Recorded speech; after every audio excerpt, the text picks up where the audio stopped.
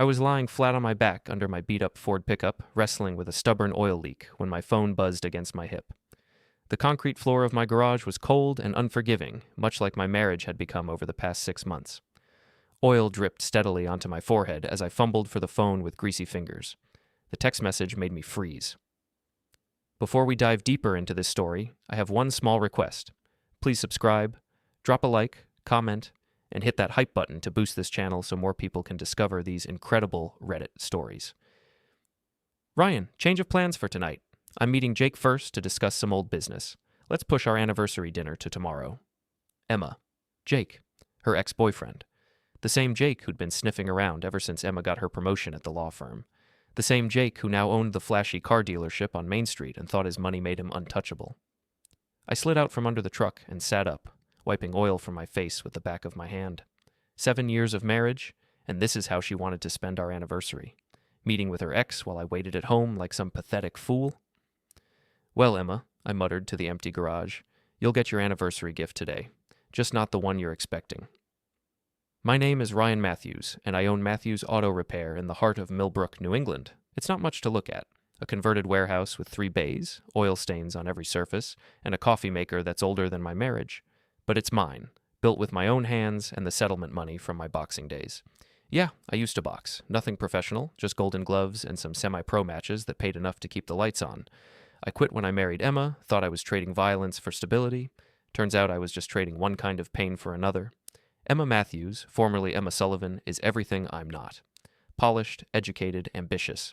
She clawed her way through law school while I was getting my face rearranged in boxing rings, and now she's a junior partner at Blackwood, Stone & Associates, the most prestigious firm in our little town. We used to be good together. She'd patch up my split lips, and I'd rub her shoulders after long nights studying. But success changed her. The promotion 6 months ago turned her into someone I barely recognized, cold, distant, and apparently nostalgic for her ex-boyfriend. I walked to my office, a cramped room behind the main garage that smelled like coffee and disappointment. The walls were covered with boxing photos from my amateur days and a few certificates that proved I knew the difference between a carburetor and a transmission. Emma's law degree hung in our bedroom at home, framed in expensive mahogany that cost more than most people's monthly rent. My phone buzzed again. This time, it was a photo message from my buddy Tony, who worked part-time at the Lakeside Inn, our town's only upscale restaurant. The image showed Emma and Jake sitting at a corner table, her hand covering his across the white tablecloth. Thought you should know, brother, Tony's message read. Table for 2, ordered the expensive wine. I stared at the photo for a long moment. Emma was wearing the red dress I'd bought her for Christmas, the one she claimed was too fancy for anywhere in this small town. Jake was leaning forward, that same cocky smile he'd worn in high school when he thought he owned the world. My hands were shaking, but not from anger. Not yet. This was something colder, more calculated. I'd learned patience in the boxing ring, how to take a hit, absorb the pain, and wait for the perfect moment to counterpunch. I opened my laptop and started typing. If Emma wanted to play games, I'd show her what real strategy looked like. First, I pulled up the Lakeside Inn's website and found their private dining room reservation system. Jake's ego was predictable. He'd want to show off, probably booked their most expensive room. A few clicks later, I found it. Henderson party of 2, sunset room, 7 p.m. Henderson, Jake's middle name. How romantic. Next, I opened Facebook and found Nina Henderson, Jake's wife of 3 years. Nina was a sweet girl, worked as a nurse at Millbrook General, probably had no idea her husband was playing footsie with my wife at the town's fanciest restaurant. I crafted a simple message. Nina, I think there's something you should know about Jake. He's at the Lakeside Inn right now, sunset room, with another woman. I'm sorry to be the one to tell you this. Ryan Matthews. I attached Tony's photo and hit send. My phone rang immediately. Nina's voice was shaky but determined. Ryan, is this really happening? That's your wife, isn't it? Yeah, Nina, that's Emma. I'm sorry you had to find out this way. How long has this been going on? I thought about the late nights, the secret phone calls, the way Emma had started dressing differently. I think about 3 months, maybe longer. That bastard. Nina's voice turned hard. He told me he was having dinner with clients tonight. Clients. I'm going down there. Nina, wait. No, Ryan. I'm done waiting. I'm done being the fool who stays home while my husband cheats. Are you coming with me? I looked around my garage, at the oil stains and the broken dreams, at the life I'd built that apparently wasn't enough for my wife. You know what, Nina? Yeah, I think I am. 20 minutes later, I was showered, shaved, and wearing the only suit I owned, the one I'd gotten married in. It still fit, mostly, though the jacket was a little tight across the shoulders. Boxing builds muscle in places that don't easily shrink. Nina picked me up in her Honda Civic, her face set in grim determination. She'd changed into a black dress that made her look like she was going to a funeral. Maybe she was. I can't believe I'm doing this, she said as we drove toward the restaurant. My mother always said I was too trusting. Trust isn't a weakness, Nina. It's what makes you human. They're the ones with the problem. The Lakeside Inn sat on the shore of Miller's Lake, all glass and timber, trying to look rustic while charging city prices. Valet parking, cloth napkins, the kind of place that made my garage look like what it was, a working man's business in a world that increasingly didn't value working men. We parked and walked through the main entrance. The hostess, a young blonde with too much makeup and not enough personality, smiled at us with practiced warmth. Good evening. Do you have a reservation? We're meeting the Henderson party, Nina said smoothly. Sunset room? Of course. Right this way. She led us through the main dining room, past tables full of people who probably thought they were better than us. I caught glimpses of familiar faces. Emma's boss, some clients from the garage, the mayor's wife. Small town dining at its finest. The sunset room was at the back of the restaurant, separated from the main dining area by frosted glass doors. Through the glass, I could see two figures seated at a small table, candlelight flickering between them. Here you are, the hostess said, reaching for the door handle. Nina put her hand over the girls. We'll announce ourselves, thanks. The hostess shrugged and walked away. Nina looked at me, took a deep breath, and pushed open the doors. Emma and Jake were so absorbed in each other, they didn't notice us at first. Emma was laughing at something Jake had said, her hand still covering his. The expensive wine Tony had mentioned sat half empty on the table, along with the remnants of appetizers that cost more than I made in a day. Well, well, Nina said loudly. Isn't this cozy? Emma's head snapped up, her face going white. Jake turned in his chair, his expression shifting from confusion to panic in about 2 seconds. Nina, Jake stammered, what are you doing here? Having dinner with my husband, Nina replied sweetly. Oh, wait, that's right. My husband is having dinner with someone else's wife. Emma found her voice. Ryan, I can explain. Can you? I stepped into the room, hands in my pockets, trying to look casual. Because from where I'm standing, it looks like you're celebrating our anniversary with your ex-boyfriend. The room went silent. Outside the glass doors, I could see other diners starting to notice the commotion. Small towns love their drama, and we were about to give them a show. Jake stood up, puffing out his chest like he used to do in high school. Look, Ryan, this isn't what it looks like. Really? Because it looks like you're trying to steal my wife. Nobody's stealing anybody, Jake said, but his voice lacked conviction. Emma and I are just catching up. Nina laughed, a sound like breaking glass. Catching up? Is that what we're calling it now? She pulled out her phone and showed him the photo Tony had taken. This looks like more than catching up to me. Emma stood up abruptly, her chair scraping against the floor. We need to discuss this privately. No, I said firmly. We needed to discuss this privately about 3 months ago before you started sneaking around behind my back. Now we're discussing it here. Ryan, please. Emma's voice cracked. You're making a scene. I'm making a scene? I looked around the room, at the expensive decor and the romantic lighting. You're having an affair on our anniversary, and I'm making a scene? Jake stepped forward, trying to insert himself between Emma and me. Back off, Matthews. This is between Emma and you. That's when something snapped inside me.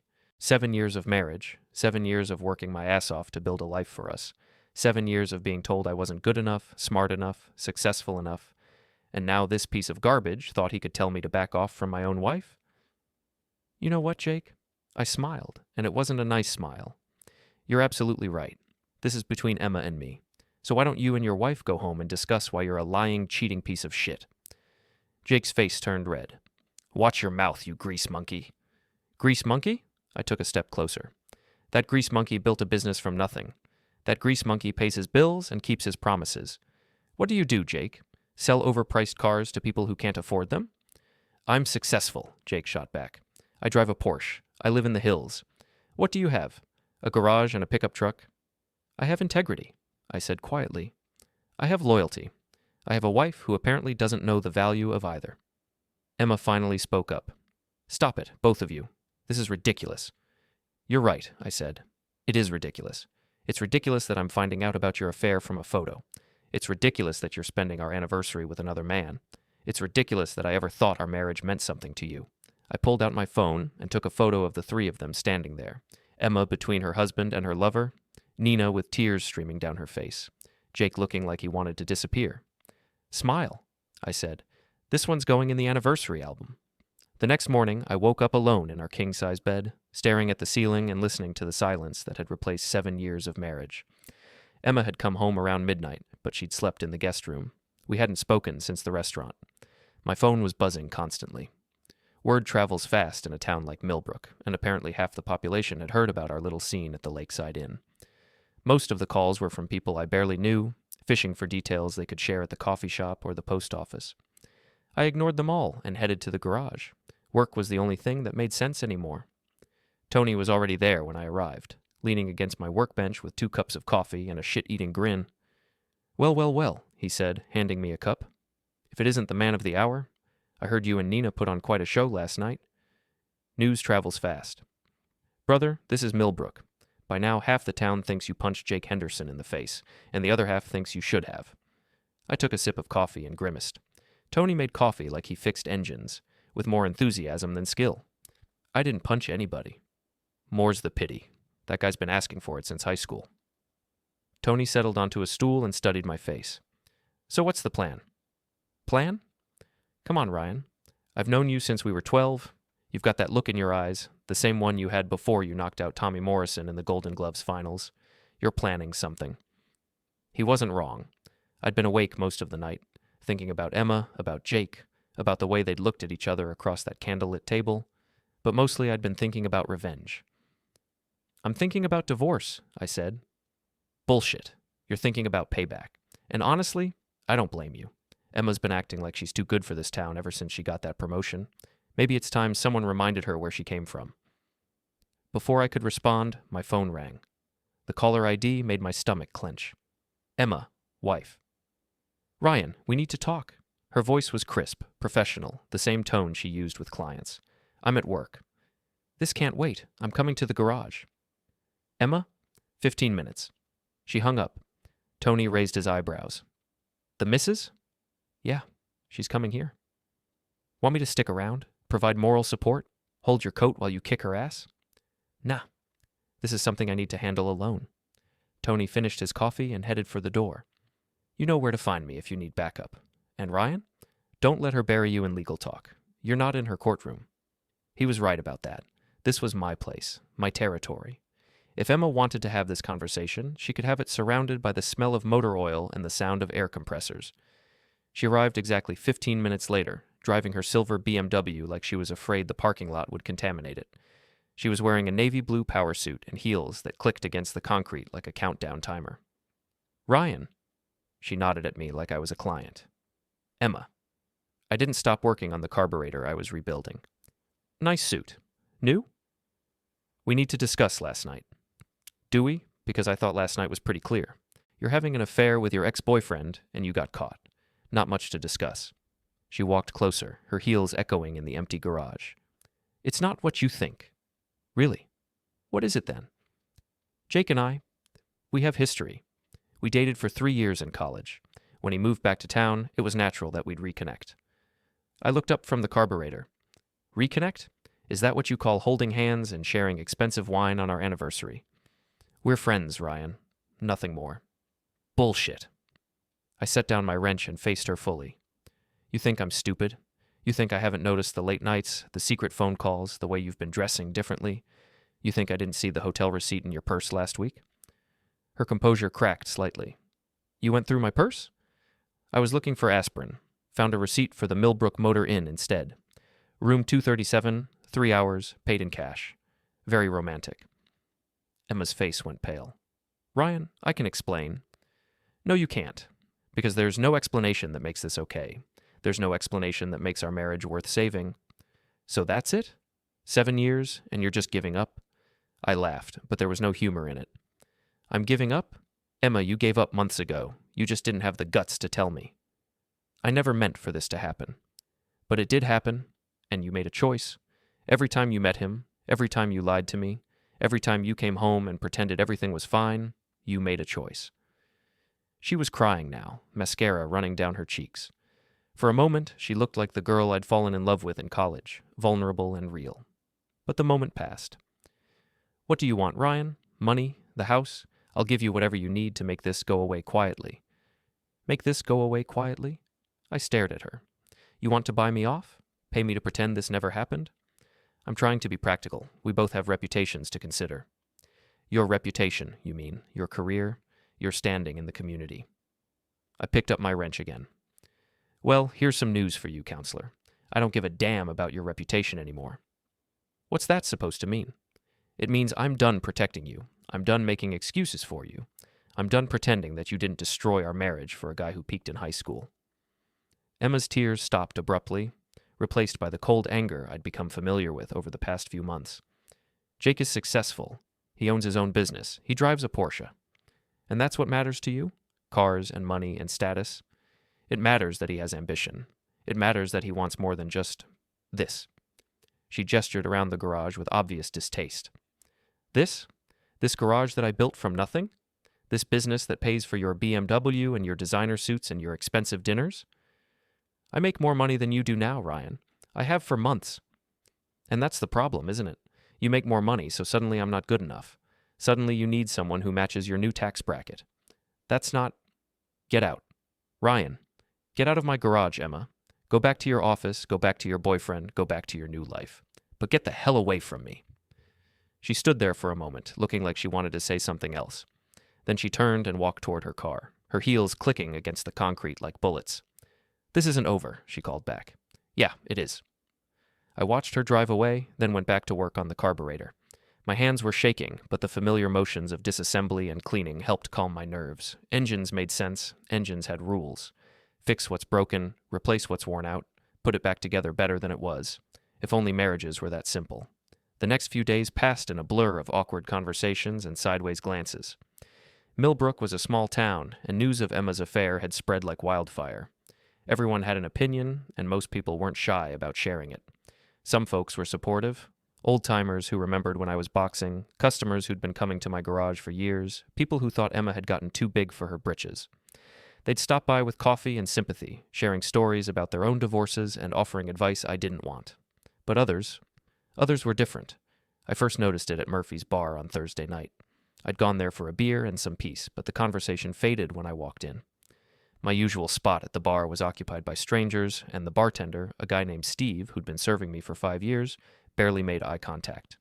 Beer? He asked, like he wasn't sure I belonged there anymore. Yeah, whatever's on tap.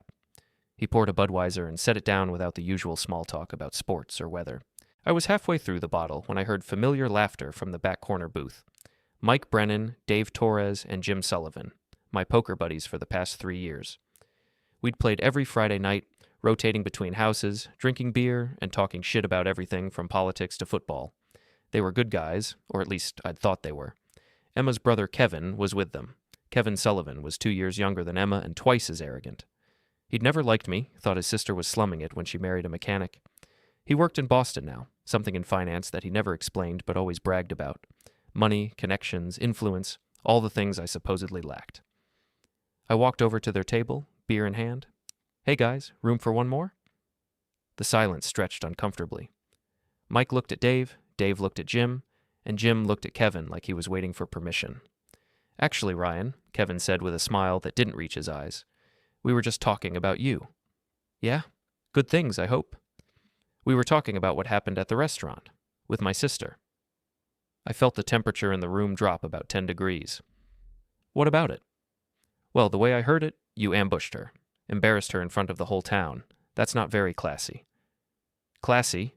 I set my beer down harder than necessary. Your sister was cheating on me on our anniversary, and you're worried about class? Emma made a mistake, Kevin said. But that doesn't give you the right to humiliate her publicly. She's a professional. She has a reputation to maintain. She should have thought about that before she started screwing Jake Henderson. Mike finally spoke up. Look, Ryan, we all feel bad about what happened, but Emma's family. Kevin's been our friend since college. We have to consider... Consider what? Loyalty? Because I thought we were friends too. We are friends, Dave said quickly. But this situation, it's complicated. It's not complicated, I said. It's actually pretty simple. Your friend's sister cheated on me, and now you're taking her side. We're not taking sides, Jim protested. We're just saying maybe you could have handled it differently, more privately. Like Emma handled her affair privately? Kevin leaned forward. Emma told me what really happened. She said you've been controlling, jealous, paranoid. She said you went through her personal things, stalked her, threatened her. That's bullshit, and you know it. Do I? Because from where I sit, it looks like you couldn't handle your wife's success. You couldn't deal with the fact that she outgrew you. I felt my hands clenching into fists. The old boxing instincts were kicking in, the urge to solve problems with violence. But I wasn't in the ring anymore, and these weren't opponents. These were supposed to be my friends. You know what, Kevin? You're right. Emma did outgrow me. She outgrew honesty, loyalty, and basic human decency. If that's what success looks like, I'm glad I'm a failure. I turned to leave, but Kevin wasn't done. Running away? That's your solution to everything, isn't it? When things get tough, Ryan Matthews just walks away. I stopped, turned back. What did you say? You heard me. You quit boxing when it got hard.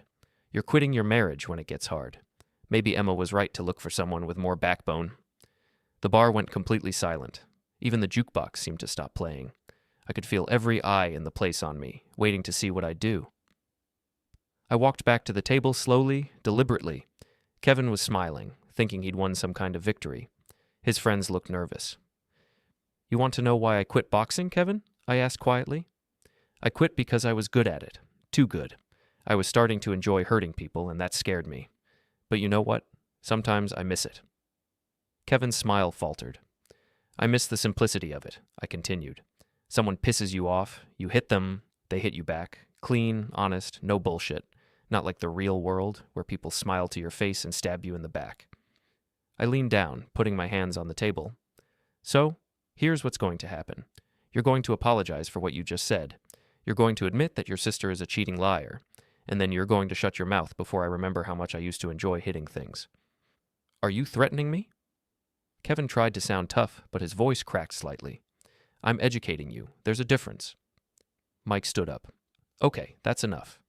Ryan, you need to calm down. Calm down. Your buddy just insulted my wife, my marriage, and my character, and you want me to calm down? Kevin's upset, Dave said.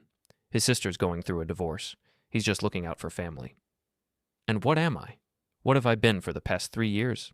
We've played poker together, watched games together, been to each other's houses. I thought that meant something. It does mean something, Jim said. But Emma's Kevin's sister? Family ties are stronger than what? Friendship? Loyalty? Truth? I looked around the table at these men I'd considered friends. Mike, who I'd helped move into his new house. Dave, who'd borrowed money from me when his business was struggling. Jim, who'd cried on my shoulder when his father passed away. You know what? You're right. Family ties are stronger. But so is oil, and oil washes off eventually. I picked up my beer and drained it in one long swallow. Enjoy your game, gentlemen. Don't worry about dealing me in anymore. I walked out of Murphy's bar and into the cool night air, my hands still shaking with suppressed rage. Behind me, I could hear the conversation resuming, voices low and urgent. 20 minutes later, I was at Flanagan's gym, the old boxing club where I'd trained for 6 years. The building was mostly empty at this hour, just a few loyal regulars working the heavy bags and speed bags. The familiar smell of sweat and leather was like coming home. Ryan Matthews, a gravelly voice called out. Thought you'd forgotten about us. Mickey Flanagan emerged from his office, a 70-year-old Irish immigrant who'd been training fighters since before I was born. He was built like a fire hydrant and had hands like baseball mitts scarred from 40 years of holding pads and breaking up sparring sessions. Hey, Mickey, mind if I hit something? He looked at my face and nodded toward the heavy bags. Third one from the left. Gloves are in the usual place. Try not to break anything. I can't afford new equipment. I wrapped my hands carefully, muscle memory taking over. The ritual was soothing. The methodical winding of the cloth. The careful protection of knuckles and wrists. The preparation for controlled violence. The heavy bag was exactly where Mickey said it would be, 150 pounds of leather and sand that had absorbed the frustrations of countless fighters over the years. I started slow, just jabs and crosses, getting the feel back, but as I worked, the punches got harder. I thought about Emma's lies, Kevin's insults, my friend's betrayal. Each punch was a word I couldn't say, an emotion I couldn't express, a truth I couldn't change. Left hook for Emma's affair, right cross for Jake's arrogance. Uppercut for Kevin's smug superiority. Combination for 3 years of friendship thrown away for family loyalty. By the time I finished, my shirt was soaked with sweat and my knuckles were raw despite the wraps. The bag swayed gently on its chain, unmarked but thoroughly punished.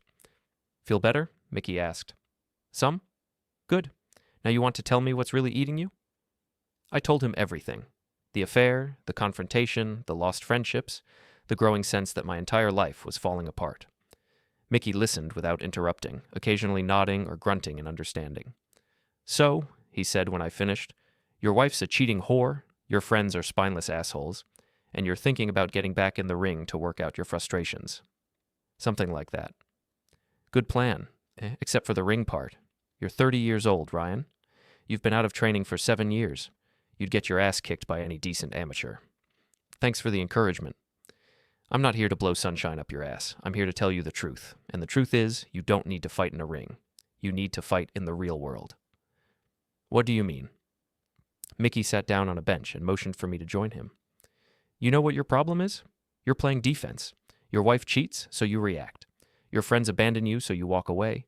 That asshole brother-in-law insults you, so you threaten him. What should I do? Just take it? Hell no. But stop reacting and start acting. Stop playing their game and start playing your own. I don't understand. Your wife wants a divorce? Give her one. But make sure she pays for what she did. Your friends want to choose sides? Let them. But make sure they understand the consequences. That punk-ass brother-in-law wants to run his mouth? Shut it for him. How? Mickey smiled, and it wasn't a nice smile. Kid, you've been thinking like a victim. Start thinking like a fighter. What's the first rule of boxing? Protect yourself at all times. Wrong. That's the second rule. The first rule is, hit the other guy harder than he hits you. I looked around the gym, at the faded posters of champions and the worn equipment that had trained generations of fighters. This place had taught me discipline, courage, and the value of controlled aggression. Maybe it was time to remember those lessons. So what do you suggest? I suggest you stop being Ryan Matthews the victim and start being Ryan Matthews the fighter. Your wife wants to play games? Play better games. Your friends want to abandon you? Find better friends. That brother-in-law wants to run his mouth. Give him something to really talk about. Mickey stood up and headed back to his office. But remember, kid, in boxing, you win by landing more punches than you take. In life, you win by being smarter, tougher, and more ruthless than the people trying to hurt you. He paused at his office door. And Ryan, next time you come here, bring your checkbook. I'm thinking about reopening the fight program, and I could use an assistant trainer who knows what it's like to get knocked down and get back up. I unwrapped my hands slowly, thinking about what Mickey had said. He was right. I'd been playing defense since this whole thing started, reacting instead of acting, responding instead of initiating. But that was about to change. I spent the weekend planning, not the kind of emotional, heat-of-the-moment planning that leads to stupid mistakes, but the methodical, strategic planning that Mickey had taught me in the gym. Every fight has a rhythm, he used to say. The key is controlling that rhythm instead of letting it control you. Monday morning, I started with the bank. Emma and I had joint accounts, checking, savings, and a money market account that held most of our emergency fund. As her husband, I had every legal right to access those accounts. As a soon-to-be divorced husband, I had every practical reason to protect my assets. I withdrew half of everything and opened new accounts in my name only. Not theft, not fraud, just a man protecting his financial interests during a marital separation. Emma's law degree might have made her think she was smarter than me, but I'd been running a business for 7 years. I understood money, contracts, and the importance of documentation. Next, I visited my own lawyer. Patricia Wong had handled the legal work when I bought the garage, and she'd been my go-to attorney for business issues ever since. She was sharp, practical, and had no patience for bullshit. Exactly what I needed. Divorce? She asked, looking over the documentation I'd brought. I'm sorry to hear that, Ryan. I always liked Emma. Yeah, well, Emma likes other people too. That's the problem. Patricia raised an eyebrow. Adultery? Jake Henderson. I have photos, witnesses, hotel receipts, the whole package. Good. That gives us leverage, especially since Massachusetts still recognizes fault-based divorce. We can push for a favorable settlement. I don't want her money, Patricia. I want her to understand that actions have consequences. What kind of consequences? I told her about my plan. She listened carefully, occasionally taking notes or asking clarifying questions. When I finished, she leaned back in her chair and smiled. It's ruthless, she said, but it's also completely legal. Are you sure you want to go this route? Once we start this process, there's no going back. I'm sure. All right then, let's ruin your wife's day. The first shot was fired Tuesday morning. Patricia served Emma with divorce papers at her office in front of her colleagues and clients. The papers detailed her adultery, requested a fault-based divorce, and demanded that she vacate our marital home within 30 days. Emma called me within an hour, her voice shaking with rage. "You snake," she hissed. "How dare you embarrass me at work?" "Embarrass you? Emma, you embarrassed yourself when you started sleeping with your ex-boyfriend. I'm just documenting it for the court. I'm going to destroy you in this divorce. I'll take everything, the house, the business, every penny you have. Good luck with that. You might want to check your bank balance first." The silence stretched for several seconds. "What did you do?" "I protected my assets. Perfectly legal for a married man to move money between accounts. You should know that. You're the lawyer." "You bastard." "By the way, you might want to call your landlord. I had Patricia contact the owner of your secret apartment on Elm Street. Turns out having an extramarital affair violates the morality clause in your lease. You've got 30 days to find a new place." "How did you know about the apartment?" "Emma, you've been paying for it with checks from our joint account. Did you really think I wouldn't notice a monthly payment to ES Holdings? It took me about 10 minutes to figure out that was the property management company for your love nest." I could hear her breathing heavily, trying to control her temper. "This isn't over, Ryan." "No, it's not, but you started this war, and now you get to see how it ends." She hung up. I sat back in my office chair and allowed myself a small smile. Round one to me. But Emma wasn't finished. She'd always been a fighter, and now she was fighting for her reputation, her career, and her social standing. Her counterattack came Wednesday evening. I was at the garage, working late on a transmission rebuild, when Tony burst through the door. "Ryan, you need to see this." He was holding his phone, his face grim. "See what?" "Emma's fighting back, and she's playing dirty." He showed me his phone screen. Emma had posted a long message on Facebook, and it was already being shared throughout Millbrook's social media networks. "I want to address the rumors that have been circulating about my marriage," the post began. "It's true that Ryan and I are getting divorced, but the reasons are not what people think. For months, my husband has been emotionally abusive, controlling, and increasingly violent. He's threatened me, stalked me, and invaded my privacy. The incident at the Lakeside Inn was not about infidelity, it was about a man who couldn't accept that his wife had outgrown him. I'm sharing this not for sympathy, but to encourage other women who might be in similar situations. Abuse takes many forms, and emotional abuse is just as damaging as physical abuse. I'm grateful to have the support of my family and friends during this difficult time." I read the post twice, my anger building with each word. "She's calling me abusive?" "It gets worse," Tony said. "Check out the comments." I scrolled down. Dozens of people had already responded, most of them expressing support for Emma and condemnation for me. Women I barely knew were sharing their own stories of emotional abuse. Men I'd considered acquaintances were calling me a typical controlling husband, but the worst comments came from people I knew personally, Kevin Sullivan. "I've seen Ryan's jealousy and anger firsthand. Emma deserves better." Mike Brennan. "Always thought there was something off about that guy. Emma's brave to speak out." Dave Torres. "Domestic abuse is never acceptable. Stand strong, Emma." Jim Sullivan. "Some men can't handle successful women. Glad Emma got out before it got worse." "Jesus," I muttered. "She's really going for the throat." "What are you going to do?" Tony asked. I thought about it for a moment. Emma had made a calculated move, painting herself as the victim and me as the abuser. It was smart. In the current social climate, accusations of domestic abuse were taken seriously, and even unfounded allegations could destroy a man's reputation. But Emma had made one crucial mistake. She'd lied in writing, in a public forum, with specific accusations that could be disproven. And she'd done it while we were in the middle of divorce proceedings. "I'm going to let her hang herself," I said finally. "What do you mean?" "Emma just committed defamation in writing, Tony. She made specific false statements about me that are damaging to my reputation and business, and she did it on social media, where it can be screenshot and preserved as evidence." I pulled out my phone and called Patricia Wong's emergency number. "Patricia, it's Ryan.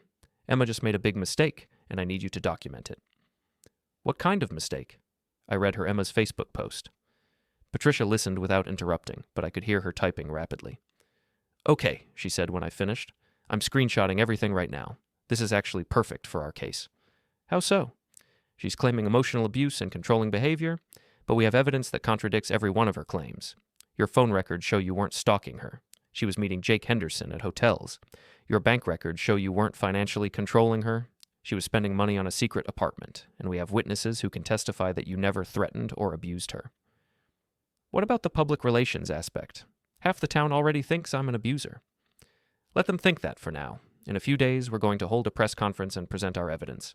When people realize Emma lied about domestic abuse, one of the most serious accusations you can make, the backlash is going to be severe. Press conference? Ryan, your wife just made this a public battle. She's using social media and public opinion as weapons. We're going to turn those weapons against her. I hung up and looked at Tony, who'd been listening to my side of the conversation. A press conference? He asked. That seems a little extreme. Emma made it extreme when she accused me of abuse. You can't just throw around allegations like that and expect no consequences. What if people don't believe you? What if they think you're just an angry ex-husband trying to get revenge? Then I'll deal with that when it happens. But I'm not going to let her destroy my reputation with lies. Tony nodded slowly. What do you need me to do? Help me gather evidence. Phone records, bank statements, witness testimonies. I want to document every lie Emma told in that post. What about Jake? He's been pretty quiet through all this. I thought about Jake Henderson, sitting in his car dealership, probably thinking he'd gotten away clean. Emma was taking all the heat, fighting all the battles, while he stayed safely on the sidelines. Jake's turn is coming, I said, but first I need to deal with my wife. Over the next 2 days, Patricia and I assembled our evidence. Phone records showing Emma's calls to Jake, bank statements showing payments for the secret apartment, hotel receipts from their meetings, photos from the restaurant, witness statements from Nina Henderson and several other people who'd seen Emma and Jake together. We also gathered character witnesses, customers from the garage, former boxing opponents, even Mickey Flanagan, who could testify that I'd never shown violent or controlling behavior. By Friday, we were ready. Patricia had arranged to hold the press conference at the Millbrook Community Center, a neutral venue that could accommodate the local media and interested citizens. She'd invited reporters from the 3 nearest newspapers, the local radio station, and even a TV news crew from Springfield. Remember, she told me as we prepared, stick to the facts. Don't get emotional, don't attack Emma personally, just present the evidence and let people draw their own conclusions. What if someone asks about my feelings, about the marriage? You can acknowledge that you're hurt and disappointed, but don't dwell on it. This isn't about your emotions, it's about correcting false statements that damage your reputation. The community center was packed. I recognized faces from around town, customers, neighbors, people I'd known for years. Emma was there too, sitting in the back with Kevin and a man I didn't recognize who was probably her attorney. Patricia stepped to the podium and began with a prepared statement. Ladies and gentlemen, thank you for coming. We're here today to address false and defamatory statements that were made about my client, Ryan Matthews, on social media earlier this week. Mrs. Matthews accused her husband of emotional abuse, controlling behavior, stalking, and threats of violence. These accusations are not only false, they are contradicted by documented evidence. She began presenting our case methodically. Phone records showing that Emma had initiated most of the contact with Jake. Bank statements proving that she'd had full access to their accounts and had used them to fund her affair. Hotel receipts and witness testimony establishing a pattern of adultery. The evidence shows that Mr. Matthews did not stalk his wife, Patricia continued. Mrs. Matthews was meeting Mr. Henderson voluntarily, repeatedly, and secretly. Mr. Matthews did not control his wife financially. Mrs. Matthews had full access to their accounts and used them to pay for a secret apartment where she conducted her affair. Mr. Matthews did not threaten his wife. He simply documented her adultery and filed for divorce. The room was completely silent. I could see people looking at Emma, then back at Patricia, trying to process what they were hearing. In conclusion, Patricia said, Mrs. Matthews has made serious false accusations against her husband in a public forum. These accusations are not only defamatory, they trivialize the real experiences of actual abuse victims. My client is not an abuser. He is a man whose wife cheated on him and then lied about it to avoid taking responsibility for her actions.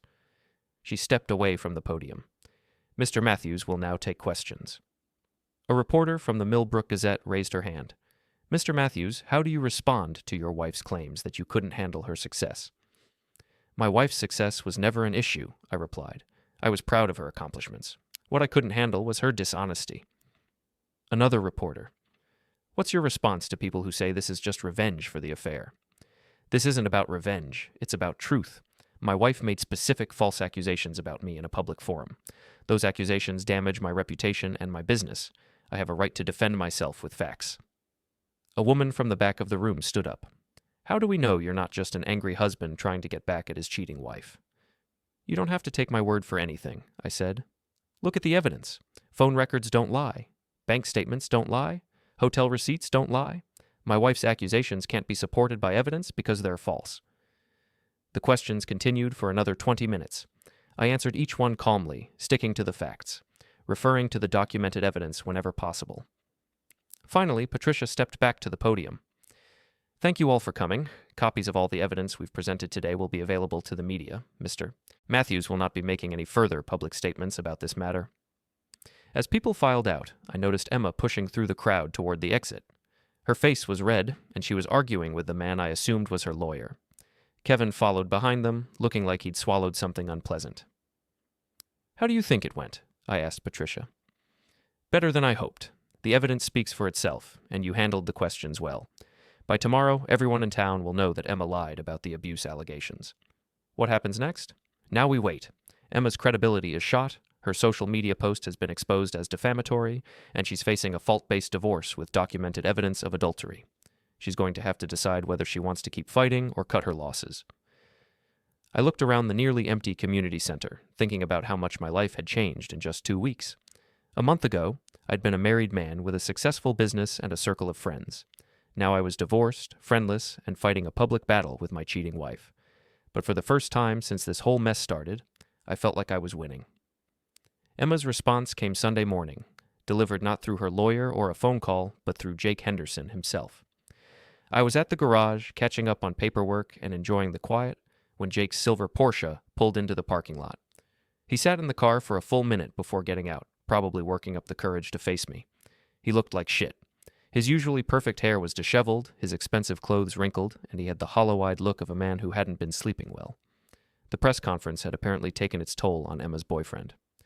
"Ryan," he said as he approached the office, "we need to talk." "Do we? Because I thought you'd said everything you needed to say when you were sleeping with my wife." Jake flinched. "Look, I know you're angry." "Angry?" "Jake, I'm not angry anymore. Anger is what I felt when I first found out about the affair. What I feel now is satisfaction." "Satisfaction?" "Yeah, satisfaction at watching you and Emma destroy yourselves. Satisfaction at seeing the consequences of your actions. Satisfaction at knowing that everyone in town now knows exactly what kind of people you are." Jake looked around the garage nervously, like he was afraid someone might be listening. "That's what I want to talk to you about. This whole thing has gotten out of hand." "Has it?" "Because from where I'm standing, it's just getting started." "My wife left me," Jake said quietly. "Nina filed for divorce Friday afternoon. She took the kids to her mother's house. She's asking for everything. The house, the business, full custody." "Congratulations. Now you know how it feels." "My customers are canceling orders. The bank is asking questions about my loans. The Chamber of Commerce asked me to resign from the board." Jake's voice was getting desperate. "You've destroyed my life, Ryan." "I didn't destroy anything, Jake. You destroyed your own life when you decided to cheat with a married woman. I just made sure everyone knew about it." "What do you want? Money? I'll pay you. Just make this stop." I leaned back in my chair and studied Jake's face. This was the man who'd thought he could steal my wife and walk away clean. This was the arrogant asshole who'd bragged about his success and mocked my blue-collar lifestyle. Now he was begging me to save him from the consequences of his own actions. "You want to know what I want, Jake? I want you to understand something. You thought you were better than me. You thought your money and your fancy car and your big house made you untouchable. You thought you could take whatever you wanted without paying for it." "Ryan." "I'm not finished. You see, Jake, you made a fundamental error in judgment. You confused success with character. You confused wealth with worth. You thought that because you had more money than me, you were a better man than me." I stood up and walked around the desk, stopping just close enough to make Jake uncomfortable. "But here's what you didn't understand. I built this business with my hands and my reputation. Every customer who comes here trusts me to fix their car and charge them fairly. Every person in this town knows that when Ryan Matthews gives his word, he keeps it. That's worth more than all your fancy cars and expensive suits." "I get it, okay? I made a mistake. I'm sorry." "No, you're not sorry. You're scared. There's a difference. You're not sorry you cheated with my wife. You're sorry you got caught. You're not sorry you tried to destroy my marriage. You're sorry it backfired on you." Jake's face was getting red. "What do you want me to do? Grovel? Beg for forgiveness?" I said I was sorry. "I want you to leave town." What? You heard me. I want you to sell your business, pack up your shit, and get out of Millbrook. Find somewhere else to peddle your overpriced cars and chase other men's wives. You can't make me leave. This is America. I have rights. You're absolutely right. You have the right to stay here and watch your life fall apart piece by piece. You have the right to see your business fail, your reputation destroyed, your marriage ended. You have the right to walk around town knowing that everyone thinks you're a cheating piece of garbage. I smiled, and it wasn't a friendly smile. But you also have the right to leave, to start over somewhere else where people don't know what you did, where you might actually have a chance to rebuild your life. And if I don't leave, then you get to see what happens next. Because, Jake, what we've done so far, that's just the opening round. I've got a lot more ammunition, and I'm just getting warmed up. Jake stared at me for a long moment, trying to decide if I was bluffing. I wasn't. Think about it, I said. You've got maybe a week before the story spreads beyond Millbrook. Small-town gossip has a way of traveling, and adultery scandals make good conversation. How long before your business partners in Springfield hear about this? How long before your customers in other towns start asking questions? Jake's face went pale. He hadn't considered the broader implications. 1 week, Jake. Then I start making phone calls. He left without another word, his Porsche's engine roaring as he sped out of the parking lot. I watched him go, feeling a satisfaction that was almost physical. Emma's response came 2 hours later. She arrived in her BMW, but this time she wasn't alone. Kevin was with her, along with 2 men I didn't recognize, probably her lawyer and some kind of investigator or consultant. Ryan, Emma said as they approached the office, we need to discuss terms. Terms for what? For ending this war you've started. I looked at the 4 of them standing in my garage, trying to intimidate me with their numbers and their expensive suits. What makes you think I want to end it? Emma's lawyer, a thin, nervous-looking man with wire-rimmed glasses, stepped forward. Mr. Matthews, I'm David Goldstein, Mrs. Matthews' attorney. I think we can resolve this situation to everyone's satisfaction. I'm already satisfied with the situation, counselor. My wife's a proven liar and adulterer. Her boyfriend is fleeing town in disgrace, and everyone knows the truth about what happened. What more could I want? You could want this to end before it gets worse, Kevin said, for everyone involved. Worse for who? Emma? Jake? You? Because from my perspective, things are going pretty well. Emma finally spoke up. Ryan, I know you hate me. I know you want revenge. But this has to stop. You've made your point. Have I? Because I'm not sure you've learned the lesson yet. What lesson? That actions have consequences. That you can't just do whatever you want and expect other people to clean up the mess. That marriage means something, even if you forgot that. I made a mistake, Emma said. I admit that. I handled things badly. But what you're doing now, it's cruel. Cruel. Emma, you cheated on me for months. You lied to my face every day. You spent our money on hotel rooms and secret apartments. You tried to paint me as an abuser when you got caught. And you think I'm being cruel? David Goldstein cleared his throat. Mr. Matthews, my client is prepared to offer you a generous settlement. Full ownership of your business, the house, and a substantial cash payment. All we ask in return is that you agree to stop the public campaign against her. How substantial? $200,000. I laughed. You want to pay me $200,000 to shut up about the fact that my wife is a cheating liar? It's a fair offer, Goldstein said. It's an admission of guilt. If Emma didn't do anything wrong, why would she pay me to stop talking about it? The 4th man, the investigator, spoke for the first time. Mr. Matthews, we've been looking into your background, your finances, your business practices, your personal relationships. Everyone has secrets. Everyone has things they'd rather keep private. Is that a threat? It's a reality check. You want to play hardball? We can play hardball too. I stood up slowly, feeling the old boxing instincts kicking in. This asshole was trying to intimidate me in my own garage, threatening to dig up dirt on me to protect Emma's reputation. What's your name? I asked quietly. Frank Morrison. I'm a private investigator. Well, Frank Morrison, let me give you some free advice. I've been living in this town for 7 years. I've been running this business honestly and paying my taxes on time. I've never cheated on my wife, lied to my customers, or broken my word to anyone. So if you want to investigate me, go ahead. Knock yourself out. I walked around the desk, stopping just in front of Morrison. But understand this. If you start digging into my life, I'll start digging into yours. And Emma's, and Jake's, and anyone else who wants to play this game. Because I guarantee you, I've got a lot less to hide than any of you do. Morrison's tough guy act faltered slightly. I'm just saying, You're just saying nothing. You're a hired thug trying to intimidate someone who's already lost everything that matters to him. What are you going to threaten me with? Taking my wife, already gone. Taking my friends, already lost them. Taking my reputation. Emma already tried that and failed. I smiled at him. See, Frank, you made the same mistake everyone else has made. You assumed I had something left to lose, but I don't. Emma took care of that when she decided to cheat on me, so your threats are meaningless. Kevin stepped forward. Ryan, be reasonable. Emma's offering you a lot of money to just walk away from this. Walk away to where, Kevin? This is my town. This is my business. This is my life. Emma's the one who decided she wanted something different. If anyone's walking away, it should be her. She can't just leave, Kevin protested. She has a career here. A reputation? Had a reputation. Past tense. She destroyed that when she decided to lie about domestic abuse. No one's going to trust a lawyer who makes false accusations. Emma's composure finally cracked. You bastard. You've destroyed everything I worked for. No, Emma. You destroyed everything you worked for. I just made sure everyone knew about it. I loved you, she said, tears streaming down her face.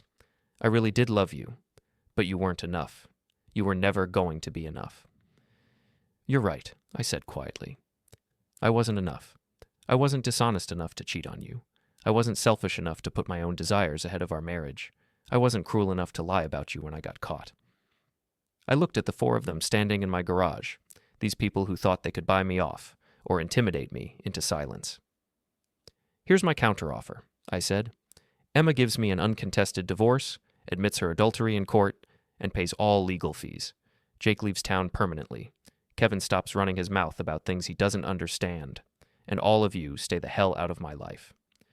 And if we don't agree, Goldstein asked, then this gets a lot worse for everyone involved, because what I've done so far has been restrained and civilized. But I'm a patient man, and patient men can be very creative when they put their minds to it. I walked to the garage door and opened it. You've got 24 hours to decide. After that, the offer expires and we see what happens next. They left without another word, Emma crying, Kevin angry, the lawyer nervous, and Morrison looking like he'd bitten into something sour. I closed the garage door and sat back down at my desk, thinking about everything that had happened over the past 3 weeks. 3 weeks ago, I'd been a married man with friends and a quiet life. Now I was divorced, alone, and fighting a war I never wanted. But I was winning, and tomorrow I was going to finish it. The next morning brought unexpected news. Tony arrived at the garage with coffee and a shit-eating grin that told me he had information. You're going to love this, he said, setting down the coffee cups. Jake Henderson put his dealership up for sale yesterday afternoon. Word is, he's moving to Florida by the end of the month. Florida? Gets better. Apparently Nina cleaned him out in the divorce settlement. She got the house, the kids, and half his business assets. Poor Jake's going to be starting over with nothing but his clothes and whatever he can get for the dealership. I sipped my coffee and considered this development. Jake was running, just like I'd suggested. One problem solved. What about Emma? I asked. That's the really good news. She resigned from the law firm this morning, effective immediately. No explanation given, but word is the partners asked her to leave, something about conduct unbecoming and damage to the firm's reputation. I felt a surge of satisfaction. Emma's legal career, the thing she'd valued more than our marriage, was over, at least in Millbrook. So what's next? Tony asked. You won. Emma's finished, Jake's gone, and everyone knows the truth. Time to move on? Before I could answer, my phone rang. The caller ID showed Patricia Wong's office. Ryan, we need to talk, Patricia said without preamble. Emma's lawyer called this morning. They're accepting your terms. All of them? Uncontested divorce, admission of adultery. She pays all legal fees. They want to finalize everything as quickly as possible. What's the catch? No catch. Emma wants out of town, and she can't do that until the divorce is final. She's apparently accepted a position with a law firm in Seattle. She wants to leave next week. Seattle, 3,000 miles away. Perfect. Set it up, I said. I want this finished. The divorce hearing was scheduled for Friday afternoon at the Millbrook County Courthouse. It was a small, formal proceeding, just me, Emma, our lawyers, and Judge Harrison, who'd been handling family law cases in our county for 20 years. Emma looked terrible. She'd lost weight, her usually perfect hair was pulled back in a simple ponytail, and she was wearing a plain black suit that made her look like she was attending a funeral. Maybe she was. The funeral of her old life. Mrs. Matthews, Judge Harrison said, You're admitting to adultery and requesting an uncontested divorce? Yes, Your Honor. And you understand that this admission may affect the division of marital assets? Yes, Your Honor. My husband and I have reached an agreement on all financial matters. The judge reviewed our settlement agreement. I got the house, the business, and most of our savings. Emma got her car, her personal belongings, and enough money to start over in Seattle. Mr. Matthews, the judge said, do you agree to these terms? I do, Your Honor. Then, by the power vested in me by the Commonwealth of Massachusetts, I hereby grant this divorce. The marriage between Ryan Matthews and Emma Sullivan Matthews is dissolved. It was over. 7 years of marriage ended with a gavel and some paperwork. Emma stood up immediately, gathering her purse and briefcase. She looked at me for a moment, like she wanted to say something, but then thought better of it and headed for the door. Emma, I called out. She stopped and turned back. I hope Seattle works out for you. She nodded once, tears in her eyes. I hope you find someone who's enough for you, Ryan. Someone who appreciates what you have to offer. Then she was gone, walking out of the courthouse and out of my life forever. That night, I went to Flanagan's gym. Mickey was there, working with a young heavyweight who had more enthusiasm than skill. Heard you got divorced today, Mickey said during a break in the training session. How do you feel? Relieved, mostly. It's finally over. Good. Now you can focus on what's next. What's next? Mickey grinned. I told you I was thinking about reopening the fight program. I meant it. This place could use some new energy, and you could use something to do besides fixing cars and fighting with your ex-wife. I looked around the gym, at the old equipment and faded posters, at the young fighters working the bags with dreams in their eyes. This place had taught me discipline, courage, and the value of controlled aggression. Maybe it was time to pass those lessons on to someone else. What would you need me to do? Train the amateurs. Teach them what you learned. Show them that getting knocked down isn't the same as getting knocked out. I'd like that. Good. We start Monday. I left the gym feeling better than I had in months. Emma was gone, Jake was gone, and I had a new purpose. The war was over, and I'd won more than just a victory. I'd won my life back. But the best part came Saturday morning. I was at the garage, working on a transmission rebuild, when a familiar car pulled into the parking lot. Mike Brennan's pickup truck, the same one I'd worked on dozens of times over the years. Mike got out slowly, looking embarrassed and uncertain. He approached the office like a man walking to his own execution. Ryan, he said, can we talk? Depends. You here as a customer or as Kevin Sullivan's friend? I'm here as an asshole who made a mistake. I set down my wrench and looked at him. Mike was a good man who'd made a bad choice. He'd chosen family loyalty over friendship, but at least he had the guts to admit it. What can I do for you, Mike? I owe you an apology, a big one. We all do. Me, Dave, Jim. We were wrong to take Kevin's side without hearing yours. We were wrong to abandon you when you needed friends. And we were wrong to believe Emma's lies about abuse. Yes, you were. I know you probably don't want to hear this, but we miss you. The poker games aren't the same. Hell, nothing's the same. We lost a good friend because we were too stupid to see the truth. I studied his face, looking for signs of insincerity. I didn't find any. What about Kevin? I asked. Kevin's gone. Went back to Boston after Emma left town. Good riddance, if you ask me. Guy was always an arrogant prick, but we put up with him because of Emma. Now that she's gone, Mike shrugged. We don't need him around. And the others? Dave and Jim? They feel the same way I do. We all want to make this right, if you'll let us. I thought about it. These men had abandoned me when I needed them most, chosen sides against me based on lies and family politics. They'd hurt me deeply, and that wasn't something I could easily forget. But they were also admitting their mistake, asking for forgiveness, trying to make amends. That took courage, especially for men who weren't used to admitting they were wrong. So, poker games Thursday night, I said finally. My place, 7 o'clock. Bring beer and leave the bullshit at home. Mike's face lit up like Christmas morning. Really? You'll give us another chance? One chance, Mike. Screw it up, and we're done forever. We won't screw it up. I promise. He left with a smile on his face and hope in his eyes. Maybe we could rebuild our friendship. Maybe some things were worth salvaging. That evening, I sat on my back porch with a beer, looking out at the yard Emma and I had planned to fill with children and dreams. The house felt different now. Not empty, but peaceful, like a weight had been lifted from its walls. My phone buzzed with a text message. Unknown number. Mr. Matthews, this is Nina Henderson. I wanted to thank you for everything you did. Jake's gone, I got everything in the divorce, and I'm starting over with my kids. You showed me that I didn't have to be a victim. I'll never forget that. Nina. I smiled and typed back. You were never a victim, Nina. You were just married to an asshole. Glad you're free. Another message came in, this one from Tony. Heard Mike Brennan was at the garage today. You taking those idiots back? Maybe. People make mistakes. Question is whether they learn from them. You're a better man than me, brother. I'd have told them to go to hell. I did tell them to go to hell. Now I'm giving them a chance to climb back out. I finished my beer and went inside, thinking about everything that had happened over the past month.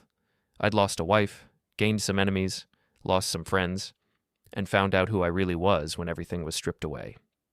I was Ryan Matthews. I was a fighter, a survivor, and a man who didn't give up when things got tough.